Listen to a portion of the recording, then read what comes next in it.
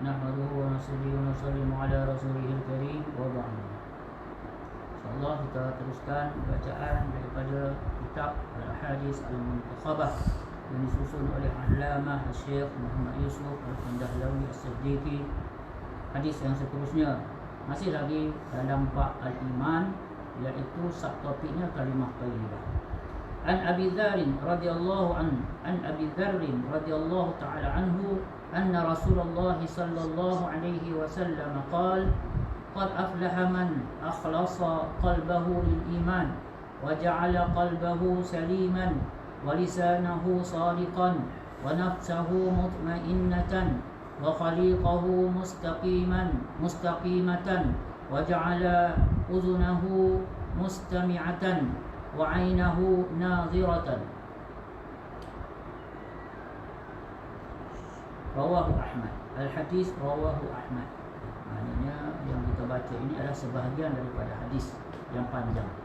Sayyidina Abu Dzar radhiyallahu taala anhu meriwayatkan bahawa sesungguhnya Rasulullah sallallahu alaihi wasallam bersabda, sesungguhnya berjayalah sesiapa yang telah mengkhususkan hatinya untuk iman dan menjadikan hatinya sejahtera daripada kufur dan syirik, menjadikan lidahnya benar, menjadikan nafsunya nafsu mutmainnah, yakni yang tenang dengan zikrullah dan perkara-perkara yang diridai oleh Allah Subhanahu wa taala, menjadikan perjalanan hidupnya lurus, yakni tidak menuju ke arah keburukan, dan menjadikan telinganya mendengar perkara yang hak dan matanya melihat, yakni dengan pandangan iman.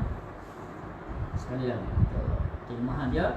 Sayyidina Abu Dzar radhiyallahu taala anhu meriwayatkan bahawa sesungguhnya Rasulullah sallallahu alaihi wasallam bersabda, sesungguhnya berjayalah, qad aflaha hayya 'alal falah. Dan ni Nabi SAW beritahu berjayalah, sesungguhnya qad aflaha, sesungguhnya, pastilah. Macam itulah soalannya nak beritahu. Aflaha, berjayalah sesiapa yang telah mengkhususkan hatinya untuk iman dan menjadikan hatinya sejahtera daripada kufur dan syirik. Maksud sejahtera, saliman kat sini sejahtera, iaitu selamat daripada kekufuran dan kesyirikan.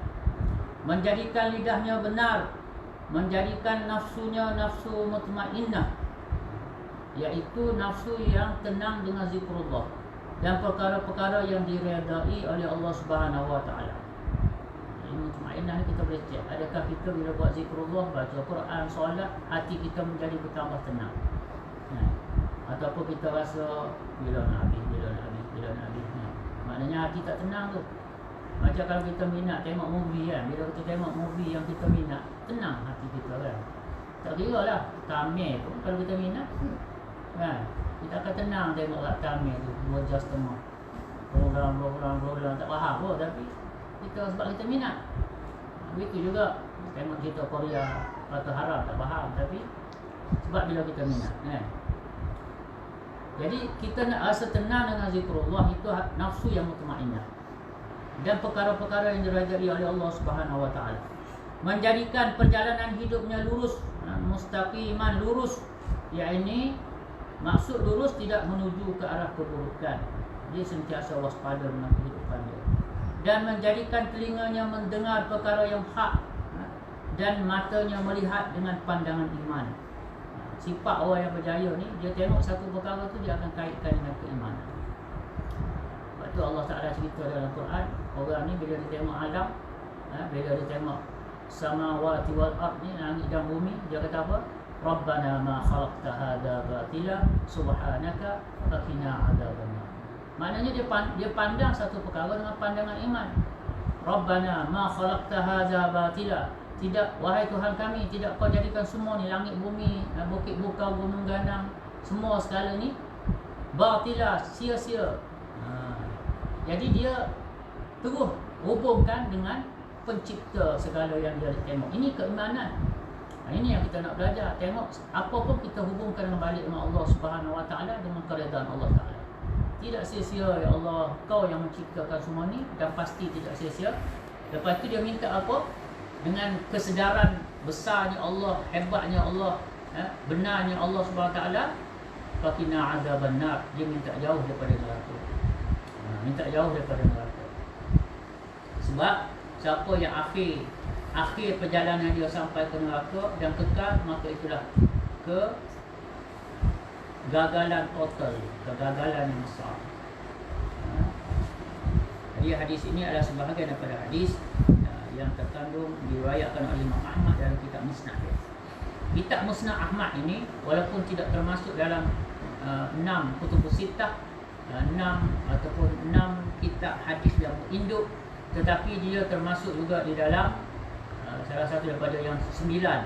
Dan Musnad Imam Ahmad ini kalau di sisi pendapat mazhab pengikut mazhab Hambali, dia adalah semua hadis dalam kitab Musnad Ahmad adalah hujjah, adalah dipakai. Sebab dalam mazhab Hambali dia lain sikit. Walaupun Imam Ahmad ni adalah anak murid kepada Imam Syafi'i, tetapi dia mempunyai kaedah usul dalam mengeluarkan ijtihad dengan cara yang sedikit berbeza. Contohnya Imam Ahmad Ibn Hanbal, setelah dia kata dalam nak buat satu-satu istinbat hukum, tengok Quran, tengok hadis yang sahih, lepas pada tu dia tidak lepas pada tu ijma', selepas ijma' dia tidak terus kepada qiyas. Dia letak ada satu lagi, iaitu tengok juga dalam hadis-hadis mursal. Hadis mursal ni hadis yang termasuk kategori hadis dhaif sebenarnya. Tetapi dalam mazhab Hambali, bagi dia hadis mursal itu jauh lebih kuat daripada qiyas. Kalau mazhab kita Syafi'i, Al-Quran, hadis, ijma', qiyas. Barulah datang hak lain-lain tu, masalah musalah ke apa semua tu. Tapi bagi dalam mazhab Hambali, berdasarkan kaedah yang telah digariskan oleh Imam Ahmad bin Hanbal ini, iaitu Al-Quran, hadis sahih, Al-Quran, hadis sahih, lepas pada tu baru pergi kepada ijma'. Jika tak terdapat pada ijma', lihat dulu dalam hadis mursal, barulah pergi kepada qiyas. Jadi dia panjanglah perbahasan kenapa dia buat macam tu. Hadis seterusnya, an Jabir bin Abdullah radhiyallahu ta'ala anhu qala sami'tu Rasulullah sallallahu alaihi wasallam yaqul man laqiya Allah la yushrika bihi syai'an dakhala al-jannah wa man laqiyahu yushriku bihi syai'an dakhala an-nar. Rawahu Muslim. Sayyidina Jabir bin Abdullah radhiyallahu anhu berkata, saya telah mendengar Rasulullah sallallahu alaihi wasallam bersabda, sesiapa yang bertemu Allah dalam keadaan dia tidak menyemutukan, mensyirikkan Allah Subhanahu wa taala dengan sesuatu pun, akan memasuki syurga. Sementara sesiapa yang bertemu dengannya dalam keadaan menyemutukannya, yakni mensyirikkannya dengan sesuatu, akan memasuki neraka. Ya Alhamdulillah. Hadis riwayat Muslim. Sayyidina Jabir bin Abdullah radhiyallahu anhu berkata, saya telah mendengar Rasulullah sallallahu alaihi wasallam bersabda, sesiapa yang bertemu Allah dalam keadaan dia tidak menyemutukan Allah Taala dengan sesuatu pun, akan memasuki syurga. Sementara sesiapa yang bertemu dengannya, bertemu di sini maksudnya dia matilah. Bila kita mati ni, kita balik pada Allah Taala, bertemu dengan Allah Subhanahu Taala. Inna lillahi wa inna ilaihi raji'un. Siapa yang bertemu dengan Allah Subhanahu Taala dalam keadaan menyemutukannya dengan sesuatu, maka dia akan memasuki neraka. Ini sangat penting kita usahakan atas iman yakin yang betul dengan Allah Subhanahu Wa Taala. Syirik ni Allah tak akan ampun di akhirat, kecuali kita sempat bertaubat di dunia.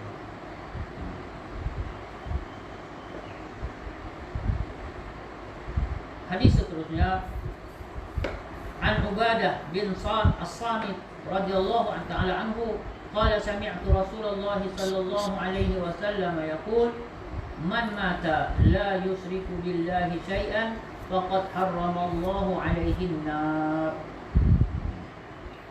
Diriwayatkan oleh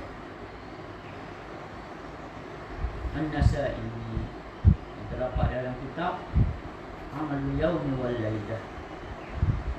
Sayyidina Ubadah bin As-Samit radhiyallahu anhu berkata, saya telah mendengar Rasulullah sallallahu alaihi wasallam bersabda, sesiapa yang mati dalam keadaan tidak menyekutukan Allah dengan sesuatu apapun, maka pasti Allah Subhanahu taala mengharamkan api neraka ke atasnya.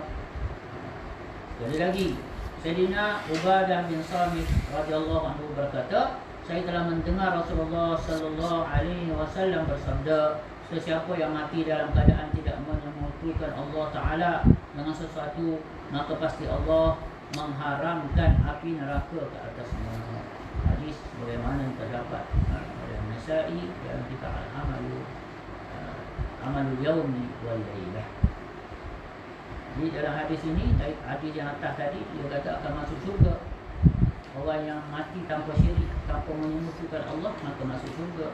Di sini dalam hadis ini pula Nabi SAW beritahu diharamkan neraka. Maknanya sekali-kali Allah Ta'ala akan letak dia dalam neraka.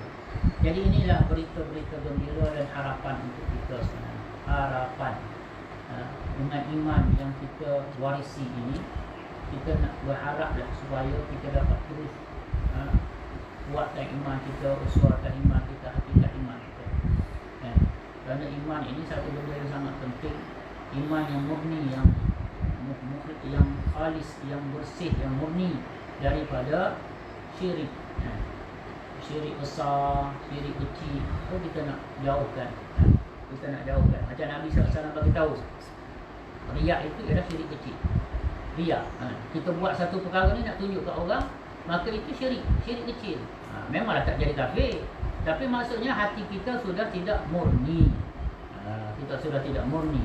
Jadi sebab itu kita nak usahakan kalimah alhamdulillah kita dah ada, maka kita nak pegang sungguh-sungguh kalimah ni, dan kita nak dapatkan hakikat kalimah macam mana para sahabat Nabi sallallahu alaihi wasallam telah usahakan dalam diri mereka. Walaupun mereka ni asal penyembah berhala, mereka ni macam-macam buat zaman jahiliah, tetapi bila mereka pegang iman, kalimah yang mereka terima daripada Nabi SAW, mereka telah pegang sungguh-sungguh, telah usahakan sungguh-sungguh, sehingga Allah Ta'ala dalam banyak tempat menyatakan redha Allah Ta'ala pada mereka. Dan Nabi SAW dalam belas ribu hadis menceritakan kelebihan-kelebihan para sahabat dan kegembiraan jaminan kepada mereka di dunia dan juga di akhirat. Jadi kita nak jadikanlah para sahabat Nabi SAW ini sebagai pedoman kita, sebagai benchmark kita, tanda aras kita dalam kita nak usaha atas diri kita, iman amal kita, insya-Allah. Semoga Allah Ta'ala bagi taufik untuk kita ni dapat faham perkara yang kita dengar tadi, kita dapat bawa dalam kehidupan kita, mana yang patut kita laksanakan, seterusnya kita dapat sampaikan, ceritakan, kongsikan, sharekan kepada orang lain pula, insya-Allah. Sebab Nabi SAW bagi tahu, balighu anni walau ayah, tabligkan daripadaku, sampaikan daripadaku walau ayat, walaupun satu ayat. Maksud satu ayat ni bukan Allah itu satu ayat, tidak. Maksud satu ayat di sini ulama menyatakan maknanya apa sahaja kebaikan perkataan, kalimah yang baik yang kita dengar, yang kita tahu, kita hendaklah sampaikan pada orang lain. Inilah semoga Allah Taala berkati atas kita, insya-Allah. A'udzubillahi minasyaitonirrajim. Bismillahirrahmanirrahim. Alhamdulillahi rabbil alamin. Hamdan syakirin wa syukruhu syukrul hamidin. Allahumma salli ala sayyidina Muhammad wa ala alihi wa sahbihi ajma'in. Rabbana ighfir lana dhunubana wa liwalidina warhamhum kama rabbawna shighara. Allahumma ya Allah, ya Tuhan kami, Engkaulah Tuhan, tiada Tuhan melainkan Engkau ya Allah. Engkaulah Tuhan ya Allah, Engkaulah yang maha mengetahui segala apa yang ada dalam isi hati kami ya Allah.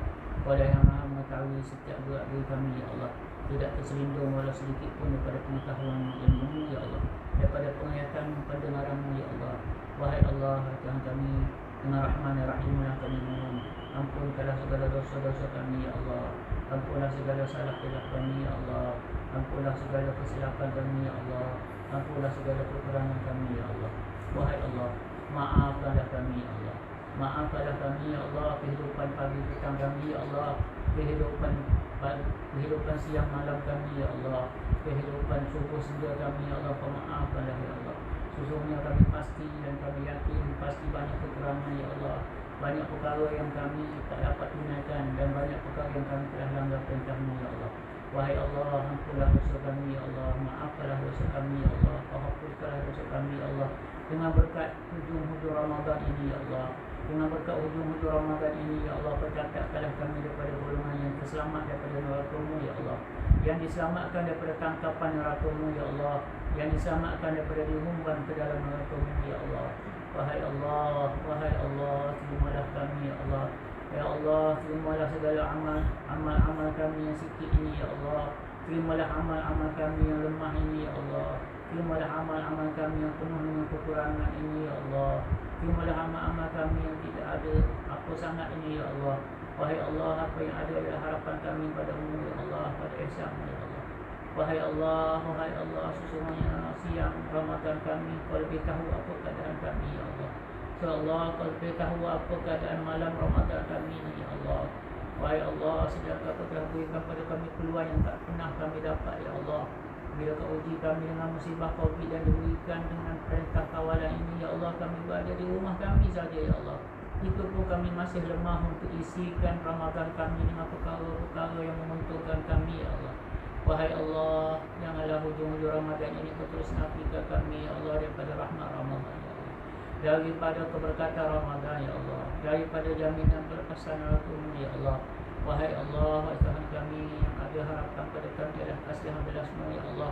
Kesianlah kami ya Allah. Kesianlah kami ya Allah. Kami ni umat kekasih-Mu ya Allah. Kami ni umat kekasih-Mu ya Allah. Jika Kau azab kami ya Allah, jika Kau azab kami ya Allah, sesungguhnya Kau maha adil, maha kuasa ya Allah. Tapi sekiranya ya Allah Kau ampunkan kami ya Allah, maka Engkau lah yang maha pemurah lagi maha penyayang ya Allah. Pasti Nabi-Mu akan gembira dengan keampunan-Mu pada kami ya Allah. Gembira telah Rasul kami, Nabi kami ya Allah. Susah payah baginda telah lama dahulu ya Allah. Ya Allah, tangisan Nabi sudah cukup panjang dahulu ya Allah. Gembirakanlah Nabi-Mu dengan pengampunan pada kami ni ya Allah. Terimalah kami ya Allah, amal kami ya Allah, solat kami ya Allah, puasa kami ya Allah, Quran kami ya Allah, sedekah kami ya Allah. Wahai Allah, setiap rukuk sujud kami Kau terima ya Allah, walaupun kami tahu penuh dengan kekurangan kelemahan ya Allah. Wahai Allah, jangan Kau biarkan kami mati tanpa iman yang Kau terima ya Allah. Wahai Allah, jadikanlah akhir kalam kami adalah la ilaha illallah. Rabbana taqabbal minna innaka antas samiul alim wa tub alaina innaka antat tawwabur rahim. Nawawwidu umurana ilaik innaka basirun bil ibad wa kafa billahi shahida wa kafa billahi wakila wa la hawla wa la quwwata illa billahil aliyyil azim. Rabbana atina fid dunya hasanah wa fil akhirati hasanah wa qina adzabannar wa qina adzabannar. Allahumma ya Fattah ya Wahhab adkhilna jannata bighairi hisab. Wa sallallahu ala sayyidina Muhammadin wa ala alihi wa sahbihi wasallam. Subhana rabbika rabbil izzati amma yasifun wa salamun alal mursalin walhamdulillah.